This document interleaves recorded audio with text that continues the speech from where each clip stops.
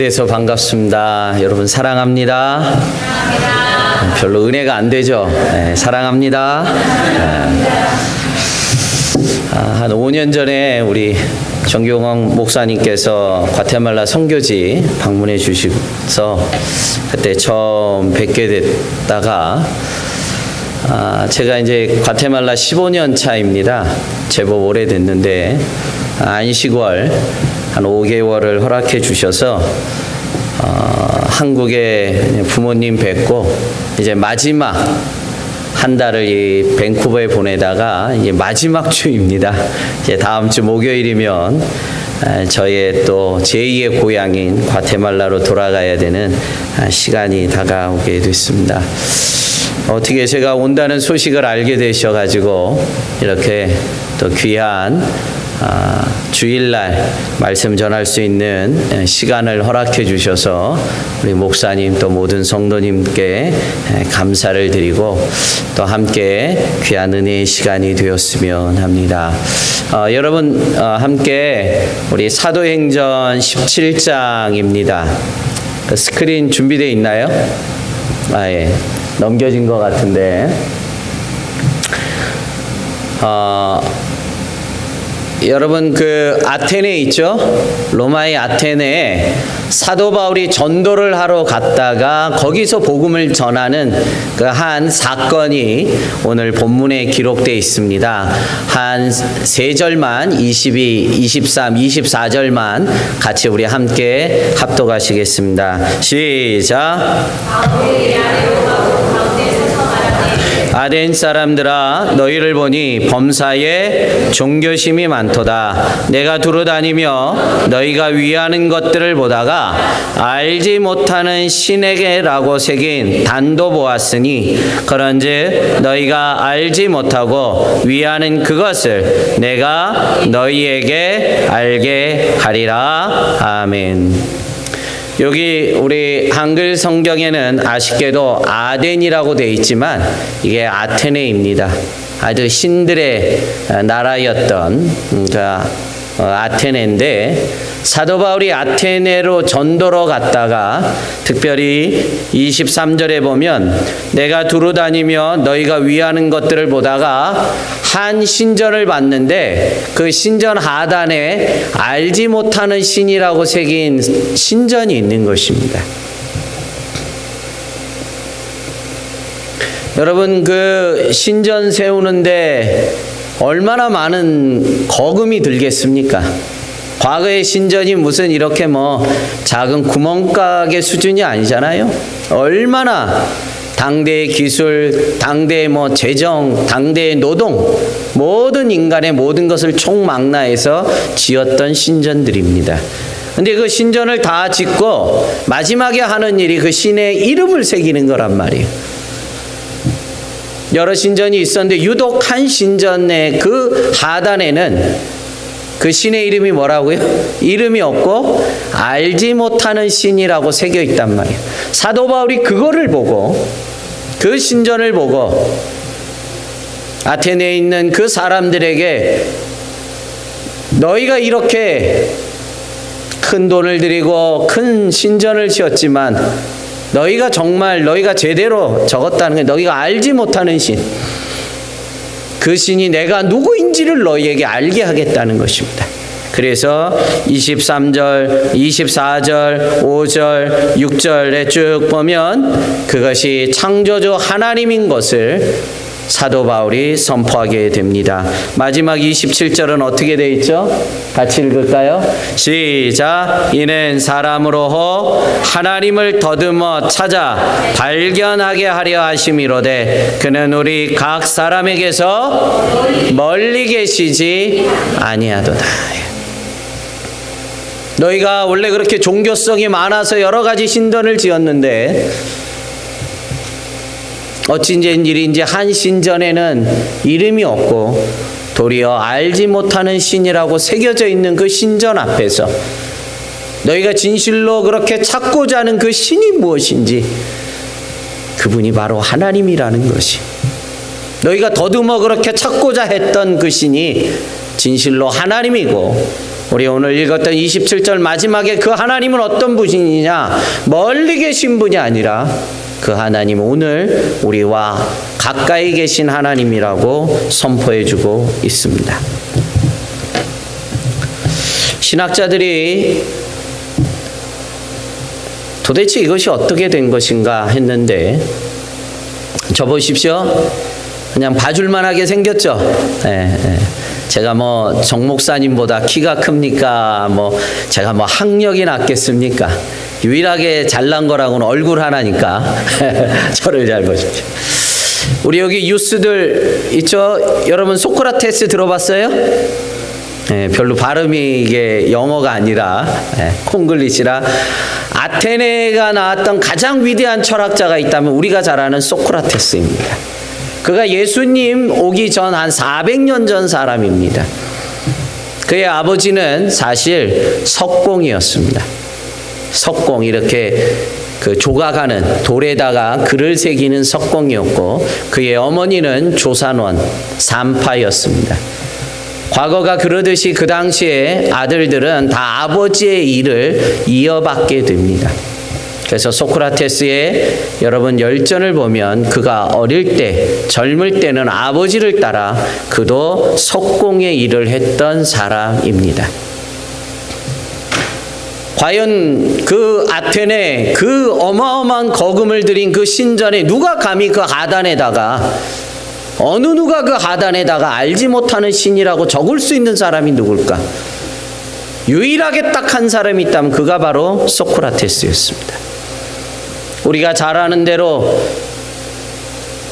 친구들이 야 도망가라, 이 악법을 네가 악법 앞에서 네가 독주를 마시면 죽으면 되겠느냐고 그 친구들이 그렇게 도망갈 걸 권했지만 소크라테스는 마지막까지 이 독주를, 악법도 법이다면서 독주를 마시고 죽었던 아주 당당했던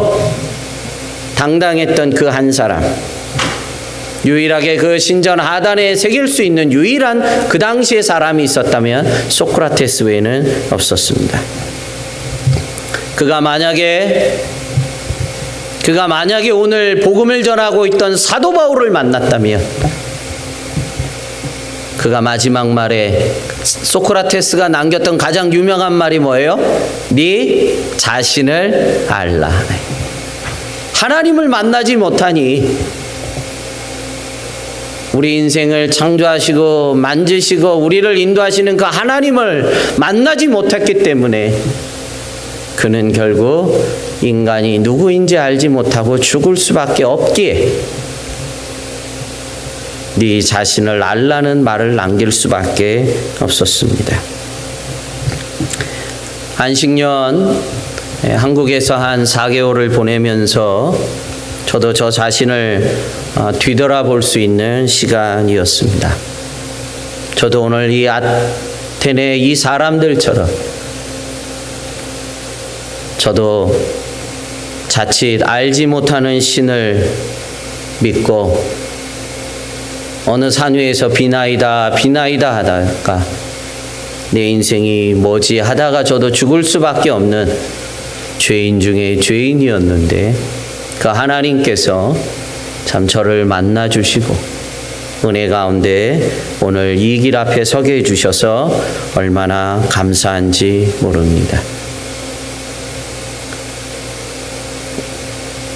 우리가 그 하나님을 찾을 수가 없기 때문에, 우리가 하늘의 길을 걸을 수 없기 때문에 예수님께서 이 땅에 인카네이션 하신 것입니다. 인간이, 죄인된 인간이 그 구원의 길을 걸을 수 없기에 예수님께서 친히 이 땅에 오늘 이 성찬을 통해 지키시고 그 살을 찢으시며 물과 피를 쏟으시며 하늘의 길을, 구원의 길을 위로부터 우리 가운데 임하여 주신 줄로 믿습니다. 여러분, 우리 모두에게 예수 그리스도가 구세주임을 믿습니다. 사랑하는 소크라테스가 그리도 찾고 싶었던 그 알지 못하는 신을 우리는 이미 하나님의 은혜로 그 하나님을 알 뿐만 아니라 오늘도 그 주님과 동행하며 예배 자리에 하나님 앞에 서니 우리가 얼마나 복되고 복된 자인지 모릅니다. 다 같이 아멘입니다.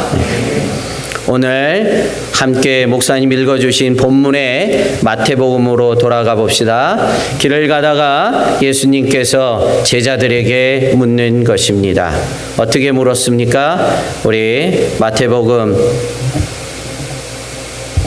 좀 넘겨주세요. 마태복음 우리 13절 같이 읽겠습니다. 시작. 예수께서 빌립보 가이사랴 지방에 이르러 제자들에게 물어 이르시되 사람들이 예수를 누구라 하느냐 묻습니다. 그러자 14절에 보면 사람들이 예수님이 여러 가지 역사들을 기적을 베풀었단 말이에요. 그러자 14절에 사람들이 예수님을 누구라고 말합니까? 14절 시작. 이르되 더러는 세례 요한, 더러는 엘리야, 어떤 이는 예레미야나 선지자 중에 하나라 하나이다. 소크라테스는 알지 못하는 신이라고 탄식하고 고통 가운데 그렇게 새기고 말았는데, 그래도 다행히 그나마 예수님은 세례 요한 같고 또 더러는 엘리야, 어떤 이는 예레미야나 선지자 중에 하나라고 겨우 그 수준에 이르고 맙니다. 그러자 이제 가장 중요한 본문이 나옵니다. 15절 뭐라고 말합니까? 그 제자들에게 이르시되 그러면 너희는 나를 누구라 하느냐는 거예요. 중요한 건 내 남편의 신앙 고백, 그 중요한 것 아닙니다. 중요한 거는 너는 나를 누구라 하느냐는 거예요. 세상 사람들은 뭐라고 말할지 모르지만 중요한 거는 나의 신앙 고백인 것입니다. 혹시 여러분 여기 성당 다니시는 분 혹 계십니까? 여러분 뭐 천주교가 구원을 받을까? 저 사람들 이단 아니냐? 여러분 그런 거에 에너지 빼지 마세요. 중요한 거는 나의 신앙은 뭐냐는 거예요. 나의 신앙, 나의 믿음이 뭐냐가 그것이 중요한 것입니다. 그래서 예수님이 사람들이 그렇게 얘기하자 그러면 너희는 나를 누구라 하느냐는 것이, 그때 우리가 잘 아는 16절에 베드로가 이에 어떻게 답합니까? 베드로의 신앙 고백입니다. 다 같이 읽습니다. 시작. 시몬 베드로가 대답하여 이르되 주는 그리스도시요 살아계신 하나님의 아멘. 아멘. 이렇게 위대한 고백을 하자 예수님께서 이 고백을 받자마자 17절에 이제 잘 들어보십시오. 이 신앙 고백이 어떻게 이루어졌냐는 것이 17절 너무 중요합니다. 예수님께서 다음과 같이 신앙 고백을 향해 축복해 주셨어요. 함께 읽습니다. 17절 시작. 예수께서 대답하여 이르시되 바요나 시몬아 내가 복이 있도다. 이를 내게 알게 하니는 혈육이 아니요 하늘에 계신 내 아버지시니라. 여러분 그래서 소크라테스는 그 제단 하단에 알지 못하는 신이라 새길 수밖에 없는 것입니다. 우리가 행하는 신앙 고백은 그 출처가 인간의 이성이나 철학으로 나올 수 없는 것이 누구로부터요? 오늘 예수님께서 혈육으로, 혈과 육으로, 지성으로, 이성으로, 철학으로 너희가 고백한 것이 아니라 여러분이 오늘 하나님 앞에 드리는 이 신앙 고백은 위로부터 하나님께로부터 임하여 주신 고백인 줄로 믿습니다. 그래서 예수님께서 바요나 시몬아 내가 복이 있다고 예수님이 선포해 주신 것입니다. 다 같이 아멘입니다. 이 신앙 고백은 내가 배워서, 내가 깨달아서, 내가 무슨 책을 많이 봐서 그것이 아니라 인간의 혈과 육이나 이성이나 지성이나 철학에서 나온 것이 아니라 우리의 신앙 고백은 하나님께로부터 임한 것입니다. 그래서 예수님이 바요나 시몬아 내가 복이 있다 말씀해 주신 것입니다. 우리 옆에 분에게 축복합시다. 당신은 복 있는 자입니다. 옆에 분에게 시작.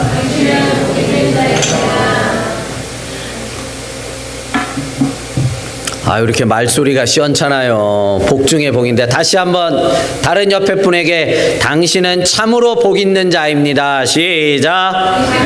참으로 복 있는 자입니다. 아멘. 아멘. 이 신앙 고백을 받으시고 네가 복 있는 자이다. 왜냐하면 이는 인간의 이성 지성이 아니라 이 신앙 고백은 하나님께로부터 임했기 때문이라는 것이. 이제 그 다음 구절 보십시오. 너무나 중요한 사실이 있습니다. 18절 띄워주셨어요? 네.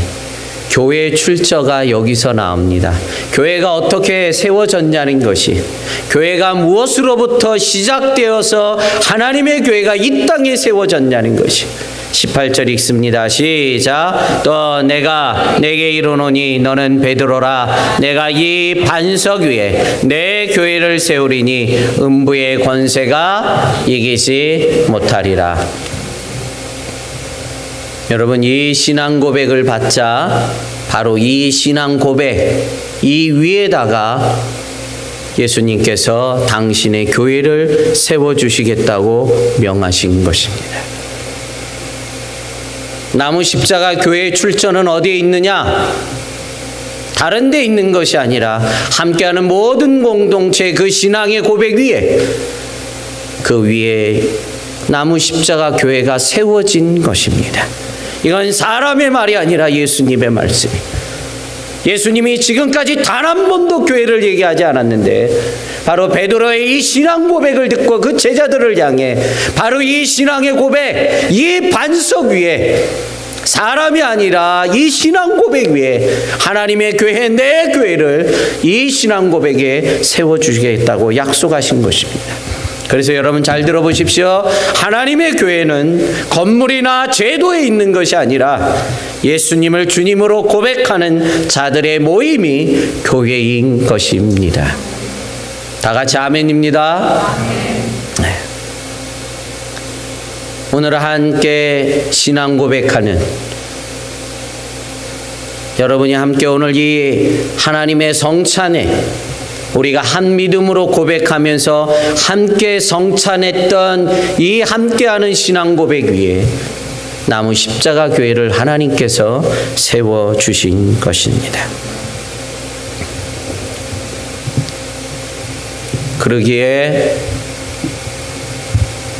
저도 이민교회 개척을 하고 10년 전에 너무 교회가 어려워가지고, 여러분 한 6년 전 기억하십니까? 정말 기억하고 싶지 않는 남의 나라 일임다만 미국에서 서브프라임 모기지가 금융이 무너지는 바람에 과테말라는 미국의 바이어의 이 섬유업인데 바이어들이 오다를 안 주면 정말 굶어 죽는 나라였는데 6년 전에 그 일 때문에 얼마나 많은 고통이 있는지 몰랐습니다. 결국 개척한 4년 만에 저희 교회가 성전세를 못 내는 거예요. 성전세. 개척한 지 4년뿐이 안 되니까 몇 번 모이지도 못했고, 그 위기가 교회의 성전세도 못 낼 만큼, 놀랍게도 하나님께서 한 교회와 통합을 하게 해주셔서 참 지금 든든하게 서가고 있습니다. 이 얘기를 왜 하죠, 제가? 왜 하는지 모르겠네요. 여러분, 여기까지는 우리 모두가 아멘으로 받아들이고 우리가 이 진리를 믿고 또 우리 모두가 그렇게 신앙 고백을 하셔요. 그런데 이제 보십시오. 주는 그리스도시요 살아계신 하나님의 아들이라는 이 신앙 고백이 오늘 이민자로 그 얘기하려고 했는데, 여러분 이민자로 이 밴쿠버, 또 저는 과테말라에 살아가는데 그것이 이 신앙 고백이 과연 내가 지금 발 딛고 있는 이 밴쿠버에서 이것이 무슨 의미가 있느냐 하는 거예요. 무슨 의미가.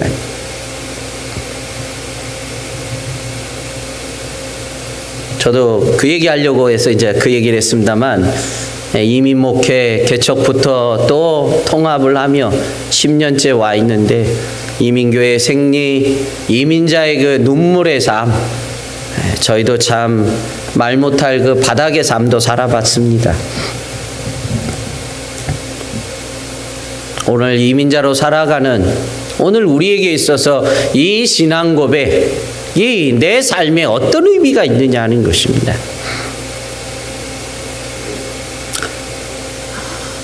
어떤 의미가 있어요, 여러분? 13절에 그 답을 주셨습니다. 자, 우리 마태복음 13절로 다시, 이 질문을 어디서 했느냐가 키포인트입니다. 13절 한번 천천히 같이 읽겠습니다. 시작.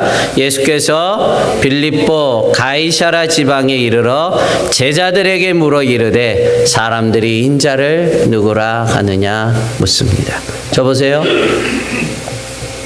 어디에 이르러서 예수님이 물었죠? 빌립보 가이사라라고 하는 한 지방에 이르렀을 때, 그때 그곳에서 예수님께서 제자들에게 묻는 것입니다.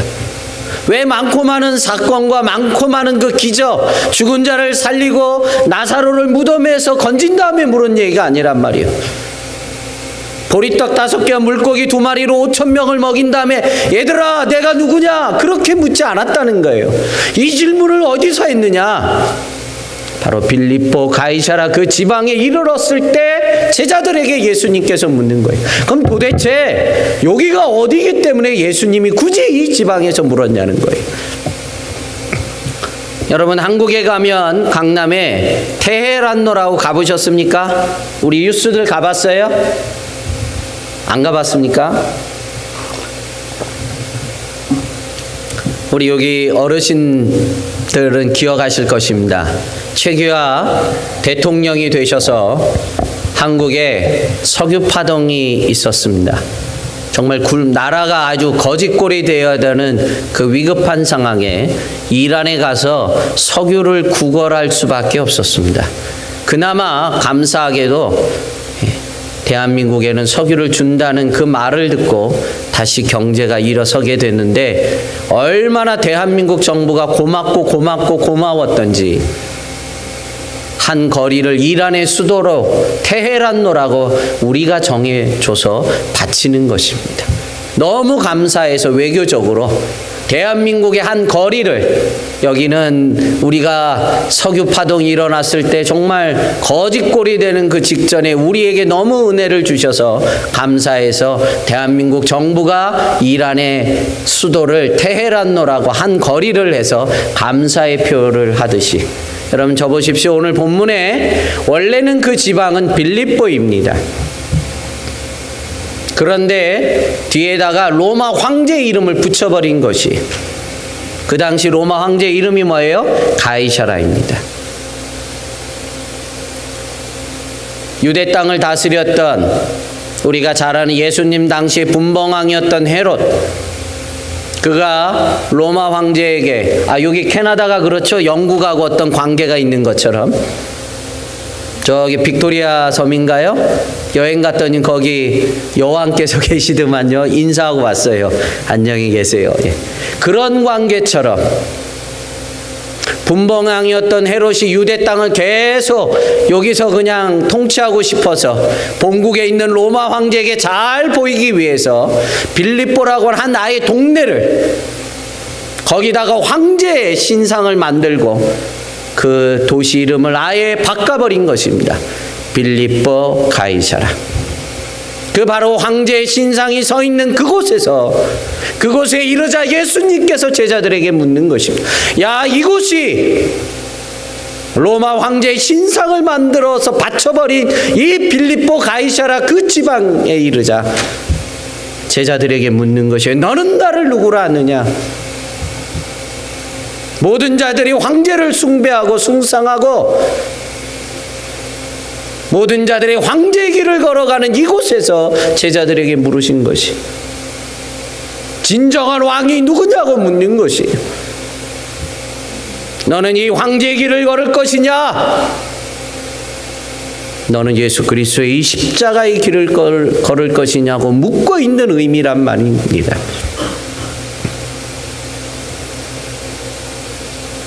오 년 전부터 밴쿠버에 있는 한 10여 분의 목사님, 며칠 전에도 캐나다 팀 한 6교회가 함께 모여서 23명이 과테말라 선교를 하고 엊그제 금요일 날 귀국했습니다.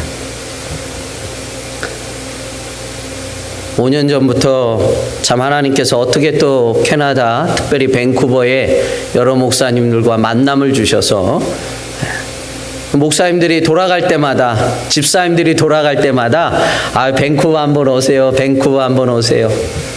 드디어 왔어요. 드디어 왔더니 실망이 커요.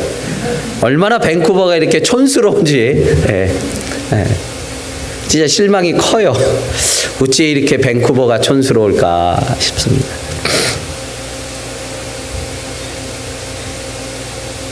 전 세계 사람들이 그렇게 살고 싶은 도시 중에 한 곳이죠.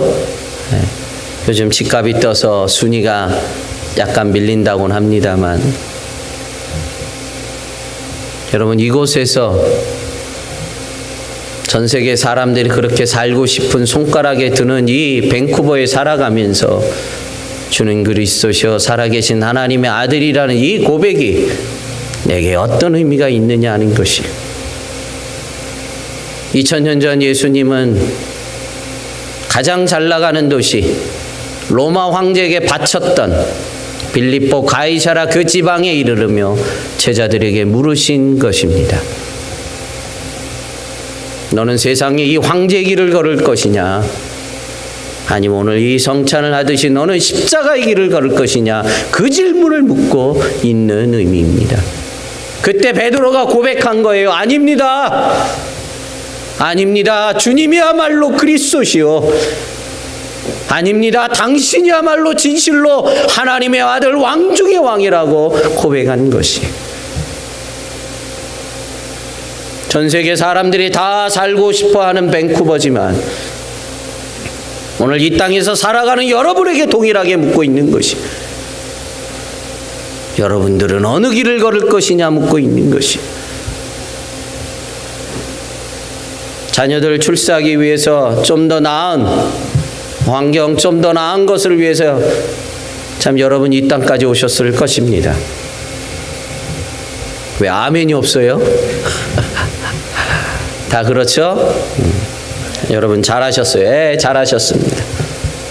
그러나 오늘 이 질문을 마음에 새기면서 우리는 세상의 황제의 길이 아니라 그리스도인으로서 우리가 신앙의 갈림길에 서 있는 지금 이때에 우리가 적어도 이 믿음을 갖고, 주님, 우리를 이 땅까지 보내주셨는데 우리가 여기서 세상의 길로 우리가 가지 않게 하시고 하나님의 길을, 이 성찬의 십자가의 길을 걷는 오늘 이 성찬을 하며 여러분은 무슨 기도를 하나님께 드렸습니까? 이 길을 걷는 우리 모두가 되기를 꼭 주님의 이름으로 축복합니다. 더 놀라운 것은 마태복음의 그 다음 구절에 보면 교회를 세워주실 뿐만이 아니라, 여러분, 교회가 그냥 세워지는 것이 아니에요. 21절에 그 교회가 어떻게 세워지는지 구원의 절정을 제자들에게 선포하며 알려주십니다. 우리 21절 같이 읽겠습니다. 시작. 이때로부터 예수 그리스도께서 자기가 예루살렘에 올라가 장로들과 대제사장들과 서기관들에게 많은 권한을 받고 죽임을 당하고 제3일에 살아나야 할 것을 제자들에게 비로소 나타내시니라. 비로소 그 신앙 고백을 받으시고, 여러분의 신앙 고백을 받으셨고 예수님이 나무 십자가 교회를 세워주셨고, 그런데 그 교회는 어떻게 쓰는 것이냐? 예수님의 죽으심을 통해서 교회는 세워지는 것입니다.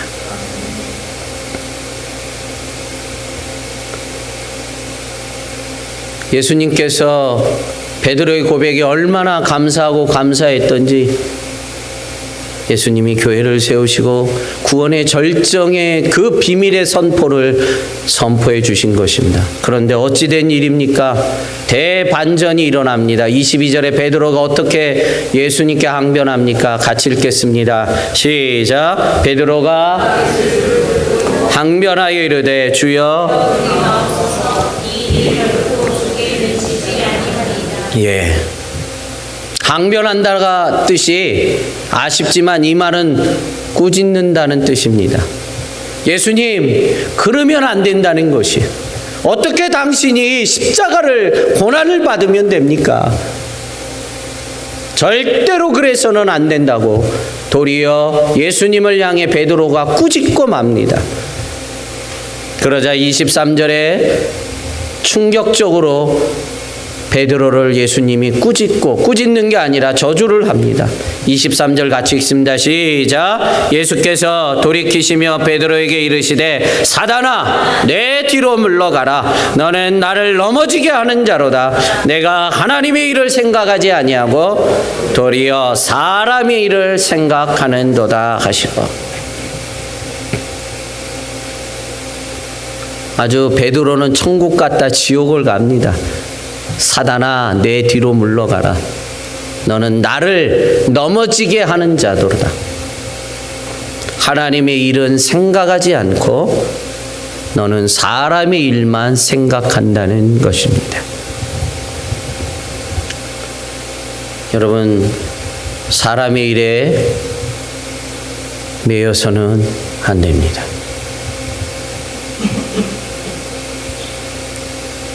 송구합니다. 정말 가정사의 일은 웬만하면 설교 시간에 안 하는데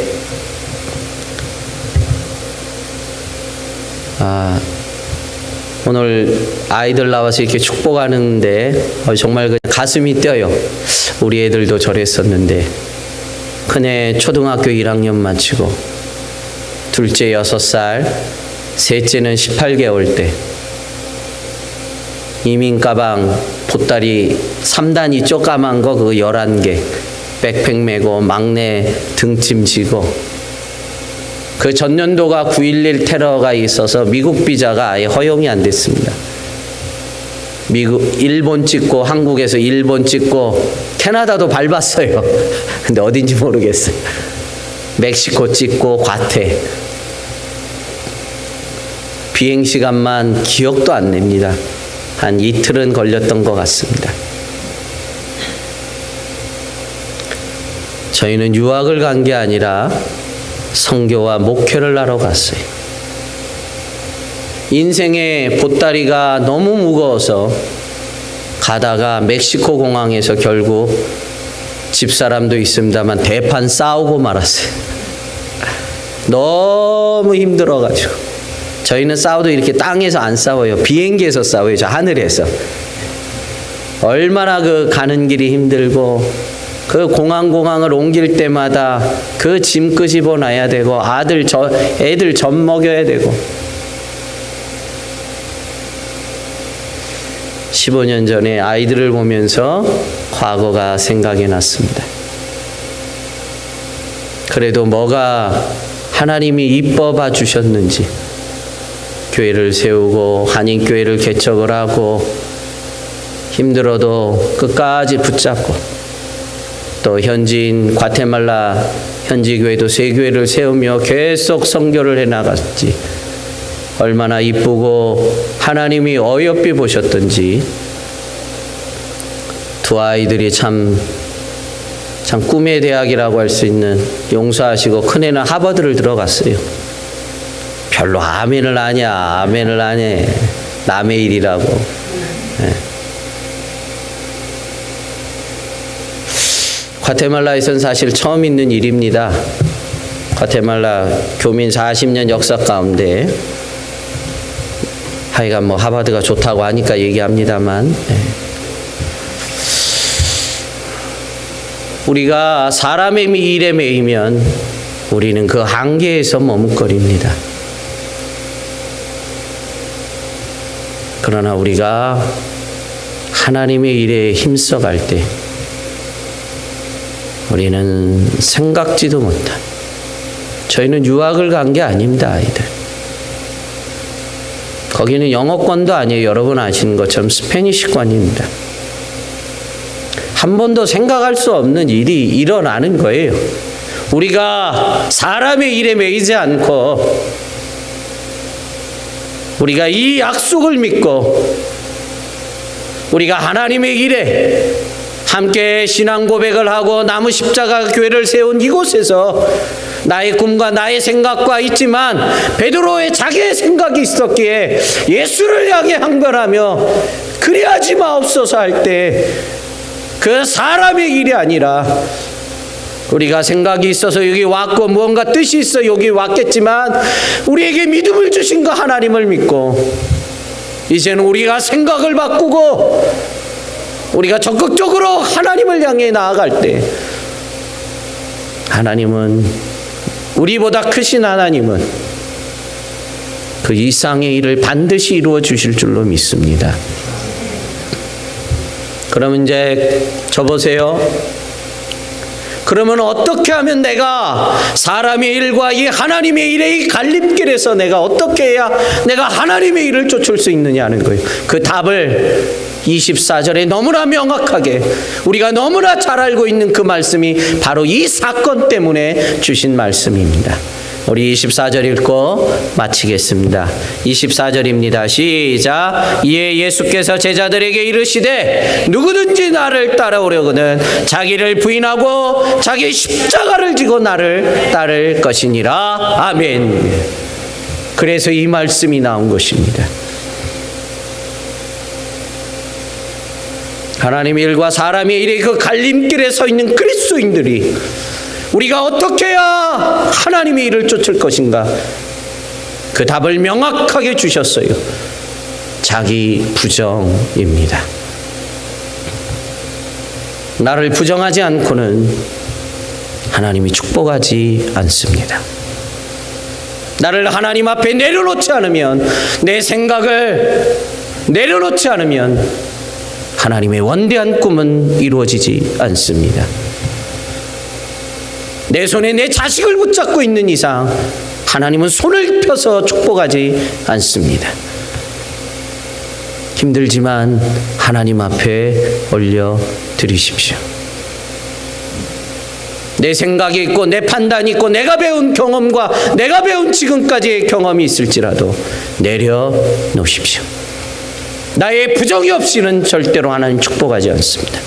누구든지 나를 따라오려거든 자기를 부인하고 자기 십자가를 지고 나를 따를 것이니라 약속해 주셨습니다. 하나님은 이미 여러분의, 우리 모두의 신앙 고백을 받으시고 당신의 교회를, 당신의 축복을 부어 주셨어요. 다만 그 축복을 우리가 어떻게 누릴 것이냐, 오늘 24절에 여러분이 하나님 앞에 자식들을 드려야 돼요. 여러분이 소망하고 바라는 그 모든 것들을 겸손하게 이 성찬 앞에 다 내어드릴 때 하나님은 이루어 주실 줄로 믿습니다. 우리가 순간순간 신앙의 그 갈림길에 서일 때 오늘 이 말씀을 펴서 내가 사람의 일이 아니라 내가 하나님의 일을 쫓을 수 있도록 나를 내려놓으시고 나를 하나님 앞에 힘들고 어려운 문제가 있을 때 사람 붙잡지 말고 내 생각을 갖고 예수님 앞에 항변하면서 따지지 말고 도리어 겸손하게 그 하나님 앞에 내려놓음으로 하나님이 이루시는, 하나님이 역사하는 우리 모두가 되기를 주님의 이름으로 축복합니다.